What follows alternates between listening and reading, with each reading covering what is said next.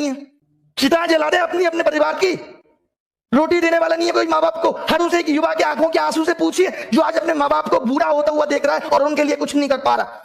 आज 25-26 साल का बालक जो 4 साल से तैयारी कर रहा है बाप के पैसे पे, आज जब वो उनको बूढ़ा होता हुआ देख रहा है तो उसकी आंखों में आंसू के सिवाय कुछ नहीं है। क्या उसकी तमन्ना नहीं थी कि वो अपने माँ बाप को कुछ सुख सुविधा दे सके? बताइए मोदी जी आपसे पूछता है, युवा पूछता है, भारत नहीं पूछ रहा है, अर्नब नहीं हूं मैं, इनकी फैमिलियां नहीं है, इनका परिवार नहीं है, बट हार नहीं मानेंगे। मोदी जी ये देश आपका है तो ये हमारा भी है, हमने भी इस मिट्टी में जन्म लिया है, हम भी इस मिट्टी से प्यार करते हैं, हमारे अंदर भी देशभक्ति है, हम भी आपके उन फैसलों का समर्थन करते हैं जो आपने ठीक किए। बट जहां आप गलत है तो बोलेगी प्रजा। देख लीजिए क्या कहा था, चाहे अब्दुल कलाम साहब हो, किसी विद्यार्थी की सबसे महत्वपूर्ण जरूरी विशेषताओं में से एक है प्रश्न पूछना। प्रश्न पूछने में कोई संकोच नहीं है। अगर मैं गलत हूं तो कलाम साहब भी गलत थे और इनको गलत कहने वाला कोई पैदा नहीं हुआ। राष्ट्रीय युवा दिवस, स्वामी विवेकानंद जी ने भी कहा था, उठो जागो और तब तक मत रुको जब तक लक्ष्य की प्राप्ति ना हो जाए। तो रुकने वाले हम भी नहीं हैं। इतना भ्रष्टाचार है, इतना भ्रष्टाचार है जिसकी कोई सीमा नहीं है। अरे करो, लिमिट में करो, 10% 15% करो। तुम्हारे भी भतीजे फूफे चाचा के लड़के हैं, हम कह रहे हैं उनको भी नौकरी दो, बट बाकी तो कुछ फेयर करो हैं, या बाकी की पोस्टें। आपके पास और कामों के लिए पैसा था क्या? देश में कोई और काम नहीं हो रहा?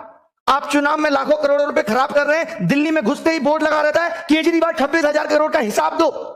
हजारों बोर्ड दिल्ली में लगे हुए हैं, इसमें पैसा नहीं लगता सरकार का। अबे केजरीवाल तुम्हारा कितना दूर का रिश्तेदार है, उसके घर जाके पूछ लो कि हिसाब दो 26,000 करोड़ का।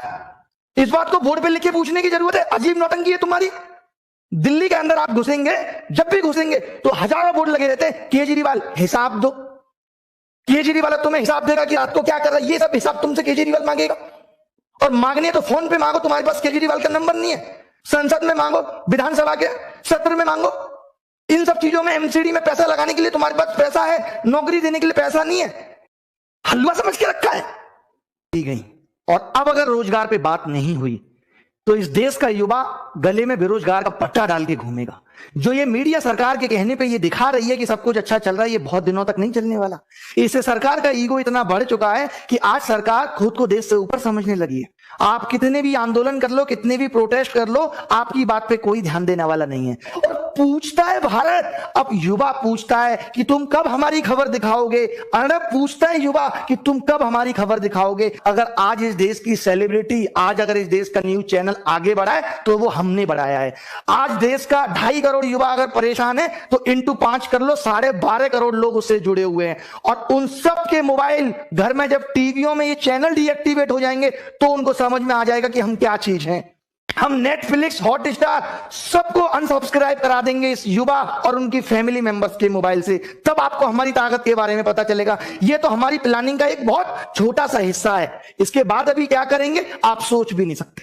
ये आंदोलन अभी इस बात पे है कि सरकार को बात करने के लिए विवश करना है कि रोजगार पे बात कब होगी।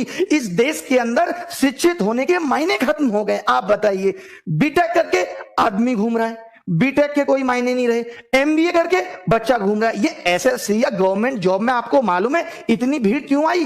क्यों लोग सरकारी नौकरी के पीछे भाग रहे हैं? क्योंकि प्राइवेट में नौकरियां खत्म हो गई।